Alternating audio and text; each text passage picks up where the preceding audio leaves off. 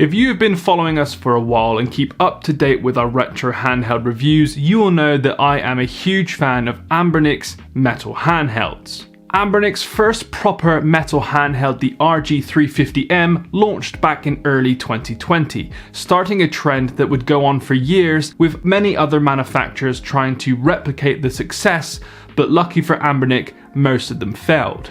Now, over 2.5 years later, they have released the RG353M with a new look, new technology, and an upgraded chipset that has pulled Anbernic out of months of disappointing device launches.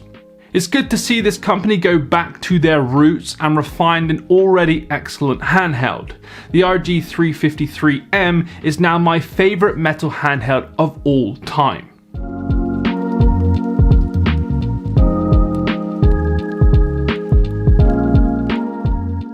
As much as this device looks the same compared to the older RG351M, I can assure you there are some hefty changes to the visual aesthetics. When I first pulled it out of the box, it felt different, and I needed to closely inspect it to realise what those changes were. The most obvious is the removal of the screen's logo and reduction of bezel size. It still features a stunning 3.5-inch display, but this time it's touchscreen with a resolution of 640 by 480, perfect for retro games. The button layout is identical with some minor changes to the now coloured action buttons. These action buttons do sit tighter to the shell, so sometimes I notice that they get stuck and need a more forceful push. This isn't a major issue and is likely to be worn in after a few weeks of consistent gameplay, but it's something I did notice. Another major upgrade is the new analog sticks. They have now added Hall joysticks, meaning they use magnets to read the input, allowing for more precise feedback and less physical parts, which prolongs the lifespan. It's a much welcome change, and they do genuinely feel a lot better. It's something I didn't know I needed until I actually felt them. These are recessed into the shell, allowing you to transport the handheld in your pocket without it getting snagged. The start and select are in the same position. I know many of you like these on the face of the device, but I do not, and the outdated white text doesn't help the minimal metal aesthetic in my opinion. On top of the device, you will find newly designed shoulder buttons, and this is because the device is considerably thinner than the previous model, so notable in fact that it feels like a whole new handheld, and the reduction in size means reduction in weight, coming in at just 232 grams, which is fairly light for a metal device of this size. The shoulder buttons are nice, and as much as I prefer stacked shoulder buttons, it would remove the pocket-friendly nature of this device. They're well positioned, incredibly responsive, and curve around the corners, allowing for a good amount of touch points. Between them, you'll find a new function button, which is very welcome. This jumps you straight into the emulator settings to quickly access save states and more. You then have your DC in, HDMI out, on-the-go storage port, and a headphone jack.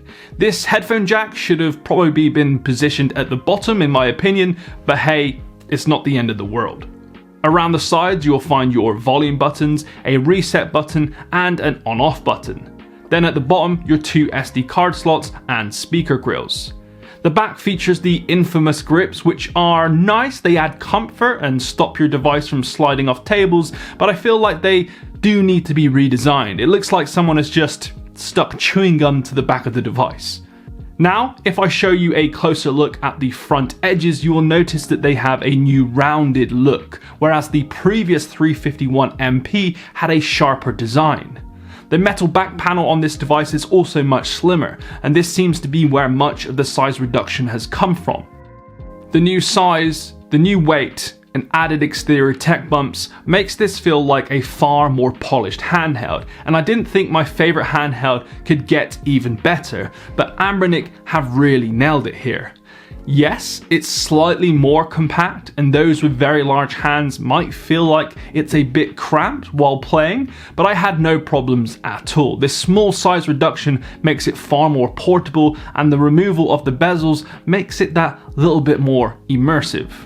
I'm gonna say it, this is the perfect size portable retro handheld in a horizontal form factor. This metal shell gives it that premium feel, and like our other metal handheld reviews, this thing can take an absolute beating day to day. Now let's take a look at performance and specs. The RG353M has a 1.8 GHz quad-core RK3566 chipset, a Mali G52 GPU, 2 GB of RAM, a 3.5-inch display, a 3500 mAh battery capacity, Bluetooth and Wi-Fi. It comes in two colors, blue and deep purple, which tends to look like a dark grape color. So on paper, it's very similar to Anbernic's recent releases such as the RG353P and the RG353V, just in a much more premium, comfortable form factor.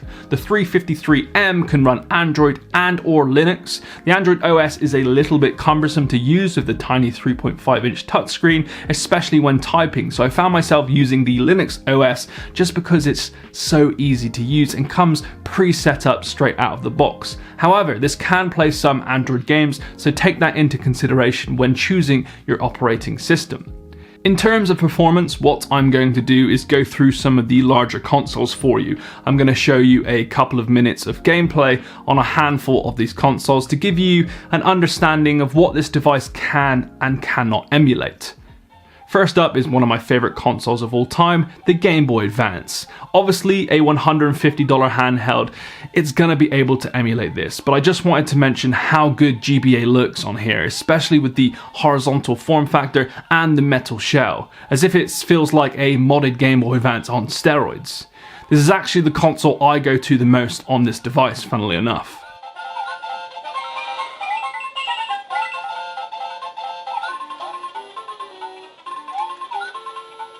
My first ever home console was the SEGA Mega Drive, and again this works flawlessly, and because of the 4:3 display, the game sits perfectly inside of the screen with bright saturated colours and nostalgic music coming from the speakers below.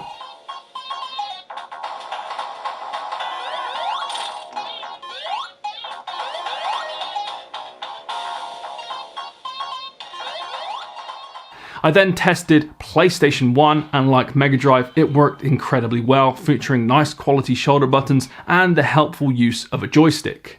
No frame rate issues or audio cracks. Again, this is a fairly easy console to emulate nowadays, so it's gonna work.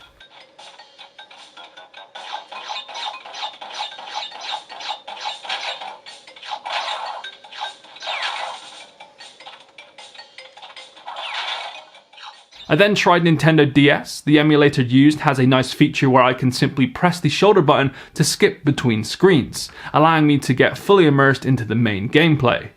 This isn't the most fluid way to play DS games, but it's an easy to get around solution for a console that has just one screen. Emulation performance was solid.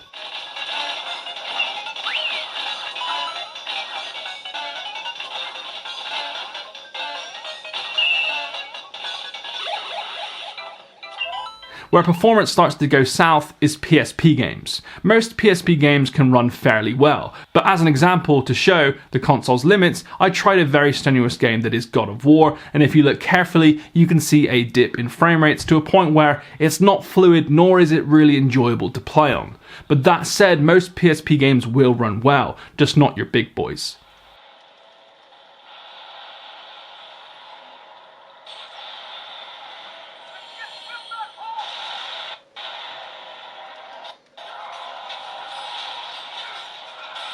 And finally, one of the most impressive consoles to work well on the RG353M is Dreamcast. One of my all-time favourite consoles, working flawlessly on a small device like this is music to my ears, and I was immediately impressed with how silky smooth large games like Sonic Adventure performed. It put a big smile on my face, and it's one of the smallest consoles I have reviewed that can emulate the Dreamcast to this standard. This makes it one of my favourite pocket-friendly Dreamcast emulators on the market. This performance from all of my favourite consoles wrapped in a premium high-end metal shell with an easy-to-use interface is why this is now my go-to affordable handheld for up to Dreamcast.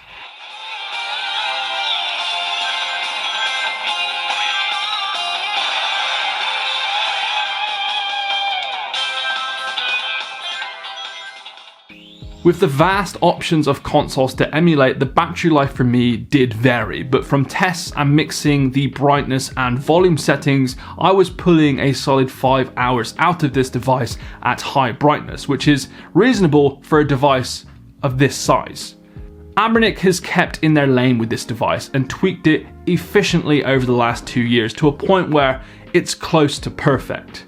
A statement I didn't think I would say because, well, as you all know, over the last year, Anbernic has fell very much off track, releasing terrible handhelds after terrible handhelds, and we even got blacklisted for a while for being too honest. So we had to source handhelds other ways. But now, with the release of this device, I feel like I can officially say that they are now back in my good books. This is what we all wanted, you know, for many, many months. Great quality products that haven't skipped corners. Instead, they have made something good, great, and I, for one, am very happy, as this is now my new favourite handheld and a strong contender for the best affordable retro handheld of the year, even when there is strong competition around. If you want to see that video, subscribe as it's currently in the works and will launch closer to Christmas. Thanks for watching, I hope you enjoyed this review, make sure to subscribe, and I'll see you in the next one. Peace.